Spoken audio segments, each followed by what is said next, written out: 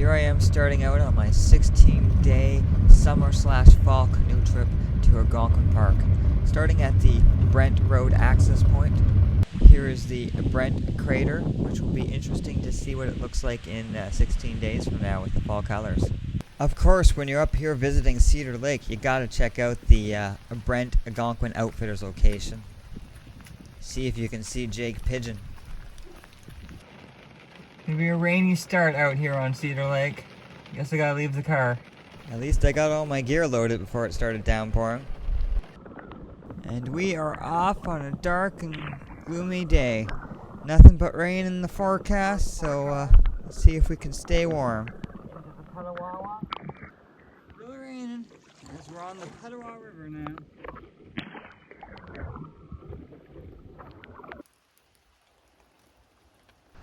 Look at the pretty falls in the distance.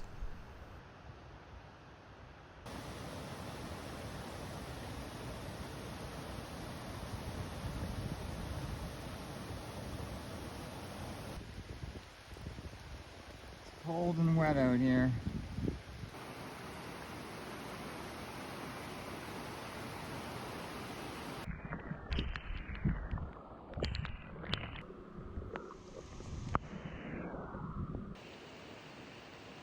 Bit of a rocky start to a portage here.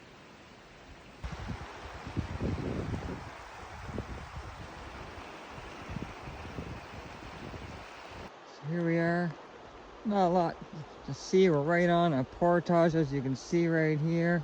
So when a few people go by, which has been a little awkward, especially when I was having a snooze in here. We just tiptoed by. Anyways. It's wet, no fire, not a lot to see, not a lot going on. I need more sleep. I've been up since midnight. It's 4 o'clock now. These are the great little rapids providing me with a nice noise this evening. So we got changed, we ate some food. Here I was cold and I had been wet all day, and hypothermia was starting to take effect, as you can see here by the shaking. It has rained all night. It just hasn't stopped. It's been creating a bit of some issues. I'm at the bottom of this portage here of the hill, so the rain has just been coming straight down the portage, turning it into a river, and then coming right down to where I had my tarp set up. Everything got wet that was there, even though it was in a dry bag. Still did a little bit of damage, not much. So I have since moved the tarp over here, and so I can have my breakfast and get dressed and everything, and try to stay somewhat reasonably dry. Portage is not looking particularly friendly today. Hey guys, it's the first official day of fall, which means my fall trip is at the very beginning. So we should see the color change over the next 16 days. But I think what's going to be the biggest challenge here is to see if I can count to 16 days. Being cold and wet and dealing with nothing but rain and damp conditions is really putting a damper on my mood right now. I could really use a morale booster right now. Luckily, I found the hot chocolate my wife hid in my pack for me. Catfish Lake. It's crazy to me because you can just see where the tree line ends, and they've cut down the trees behind it. I'm in one of the active logging areas within the park. Crazy.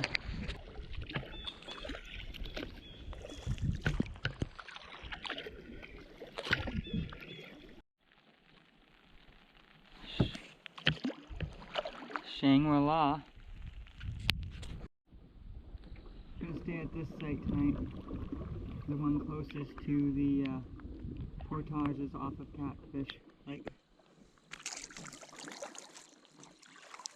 Looking forward to getting into some dry clothes again if I have any. So this is our great view here at this site at the end of Catfish Lake. Still misting and raining, but so here's the campsite tour. We got set up under the tarp there. I don't think we'll be able to have a fire because it's not raining hard anymore, but it's still misting, and it has been for well over a day or two.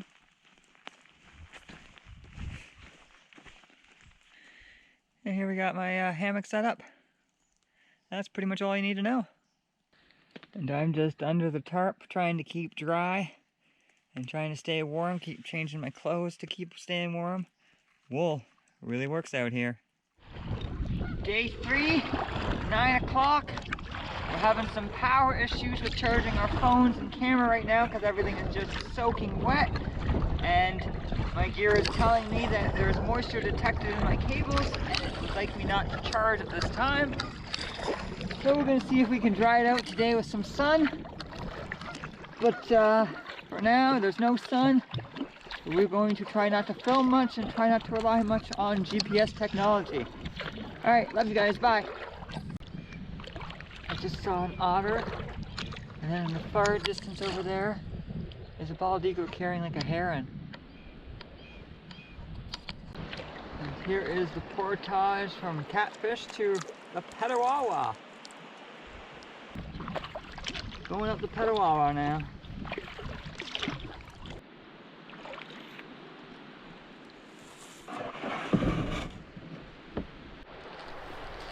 Portaging around the Snowshoe Rapids. We're past the Snowshoe Rapids now. We've got an 80-meter portage coming pretty quickly. And now 355 into Pearly. We're in the portage here. We're going up these little rapids. Definitely not the smartest idea I ever had with these high water flows. Coming to another set of rapids that we'll have to portage around here, and then we'll be in Pearly Lake. Massive headwind to start our Pearly Lake adventure.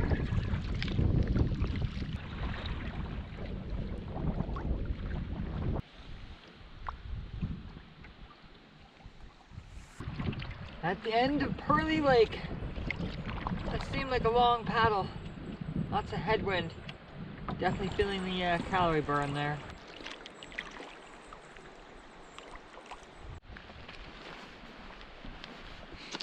Just off the portage on Burnt Route. Checking out this campsite. Oh, look at this. Solid metal. Wow. And look at this great white pine. Beauty. There's supposed to be a cellar this way, so let's look. And here it is, very nice and close. Hello?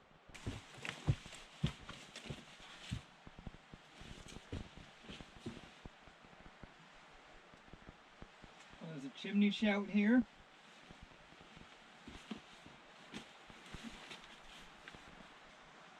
Extremely cool after all these years. This is still here and is in such great shape still. Yes, there's a tree growing on the roof, but ignore that. There's a big tree growing on the top of the roof here. At first glance, the waves on Burnt Route seemed alright, so I decided to set out from the portage and continue on. Once I got around a corner, the waves did pick up, but they were still manageable. It wasn't until the gusts picked up I realized that the waves might not be manageable and that I'd rather not be out in them. But I was determined and stubborn to find myself a nice choice campsite, so I continued on despite the danger.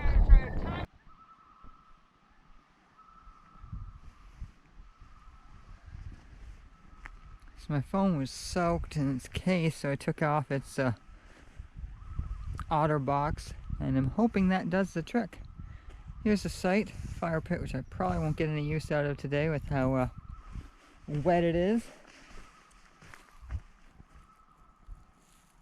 Absolutely beautiful looking sky besides the threat of rain. And we decided to set up camp over here. Much the same setup as before. a tarp, all my contents, and the hammock. We're at the one of the campsites at the end of Burnt Root. Very windy crossing that lake. It was fun when you'd have water come up over the canoe and it would ride the skirt, and you just see it get this wave coming towards you on the skirt and then splash in your legs. You didn't go up your sleeve. Oh, glad we didn't sink, but that spray skirt does come in handy. It helped beat off some of the water a little bit. Airing out the boots while waiting for my dinner. So I finally was able to use the Bush Buddy to get a fire going. And now I'm enjoying that delicious hot chocolate now that my wife's with me. Day 4. Love waking up and seeing the sunline hit the trees and gradually work its way down. One of my favorite things in the backcountry, especially in the morning. Especially then as you have the fog rolling. We are really hoping that today is the day that we get my phone charged and working, because I'm really missing a lot of great photo and video opportunities out here. Anyways, we'll stick to the GoPro for now. It's 9:15. I'm going to try out the Goal Zero Nomad 10 solar charger here for my iPhone. Just sucks with whatever happened to my iPhone not being able to charge. It also means all my apps are not working unless they're Apple apps.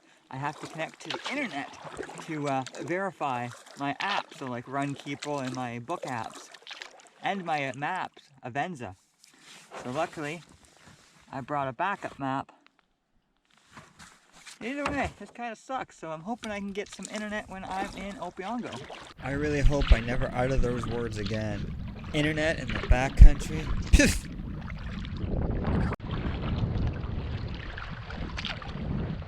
Just approaching the rapids here at the Longer Lake section. And I can't seem to make it to the portage, as due to the very high water levels due to the massive amount of rain that we've received here, the rivers are quite swollen. On a normal day, I should probably be able to paddle right up to there and then start the portage around the rapids. But on this fine day, I can barely even make it to the portage to get around the rapids. And here's the portage after a fierce battle up the raging river.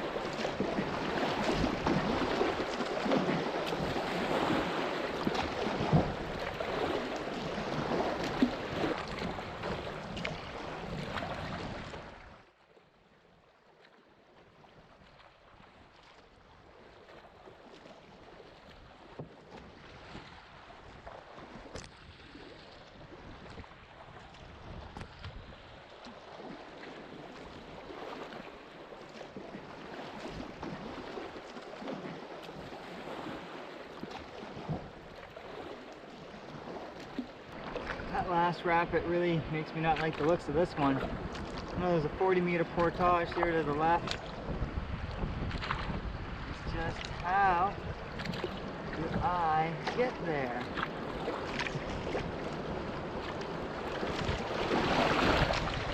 Not that way. Long rivers here. There's the portage. Whew.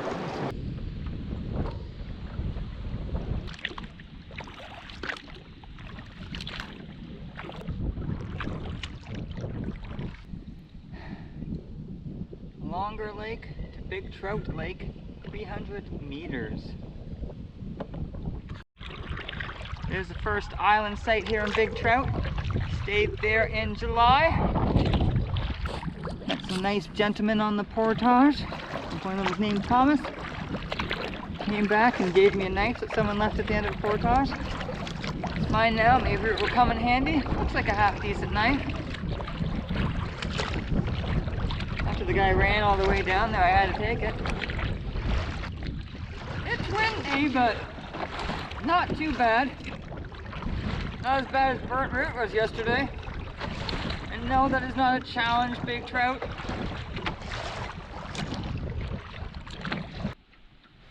We're now in the narrows between big trout and white trout that connect these two big lakes. Some rather annoying and rough here on white trout. There's a campsite. So here we are at the McLaughlin Farm Depot campsite. Comes with a machete and 2 pails. I got some heft to it. I got water to put out my fire tonight. It also comes with this iron thing overlooking White Trout Lake. But you know, now that I stop, take a look at it, it is beautiful. Look at that big hill over there. Wow. Here's a site, a little, not bad. It looks like a fire went through here or something, because a lot of the wood is charred up and stuff, but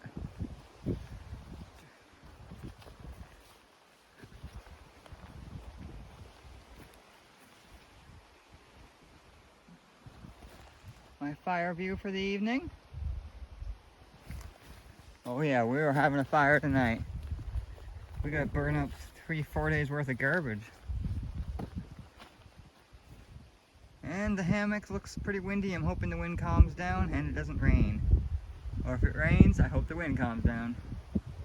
And also, hey, if you didn't notice, I got my phone working again, so this is sweet. So maybe we'll get some more videos from me, truly, Nathan. So we're just walking around the farm depot. As you can see, there's lots of rock piles. This was mainly for supplies for the logging camps back in those days. It actually was their only purpose. But I'm assuming by the rock piles here, and I could be wrong, I'll check the internet when I get home. But I'm assuming by all the rock piles here that they would also have farmed this land, and that's what they moved all these rocks from. Or it could be part of the structure, but I kind of doubt that. Like, there are also areas of land like this that maybe this would have been a good spot to farm.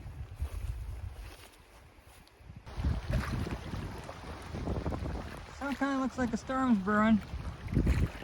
We've battened down the hatches, as you would say.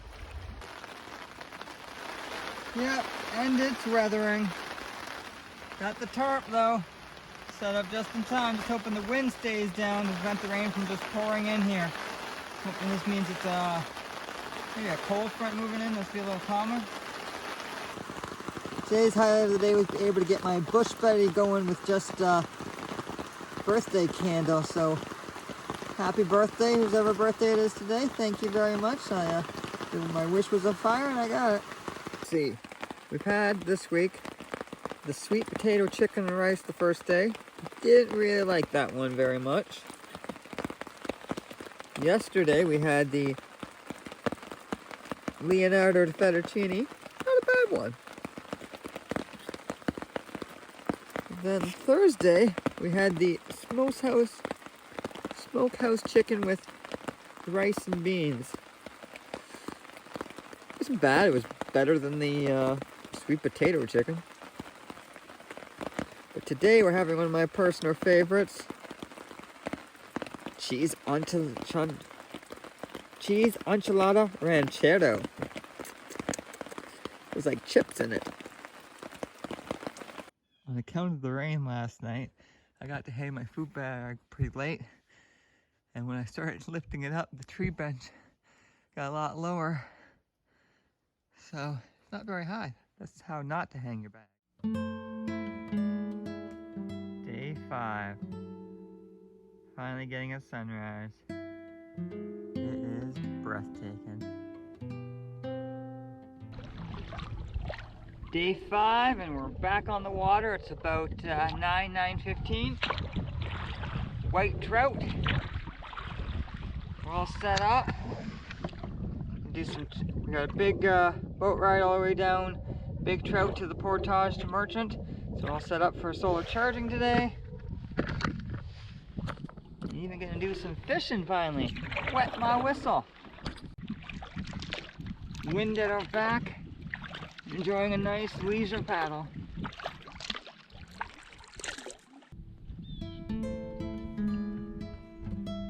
Entering the Big Trout Creek now.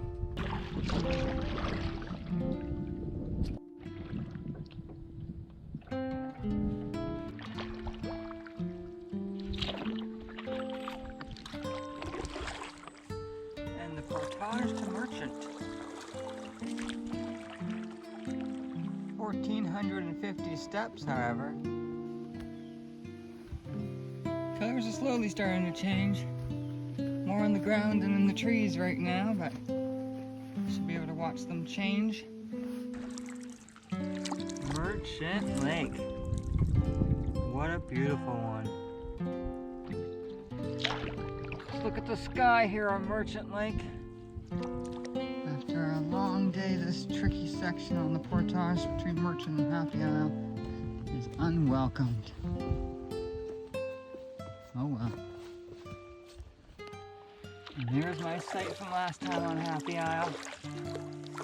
Looking very beautiful in the fall colors. Oh, and Happy Isle is just looking beautiful.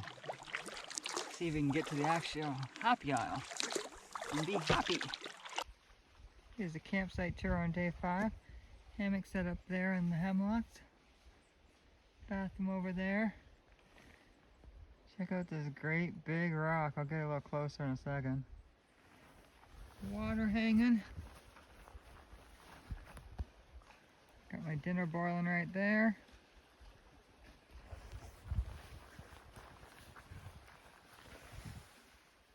Absolutely gorgeous view, and we're going to have a fire tonight. I know we might have said this yesterday.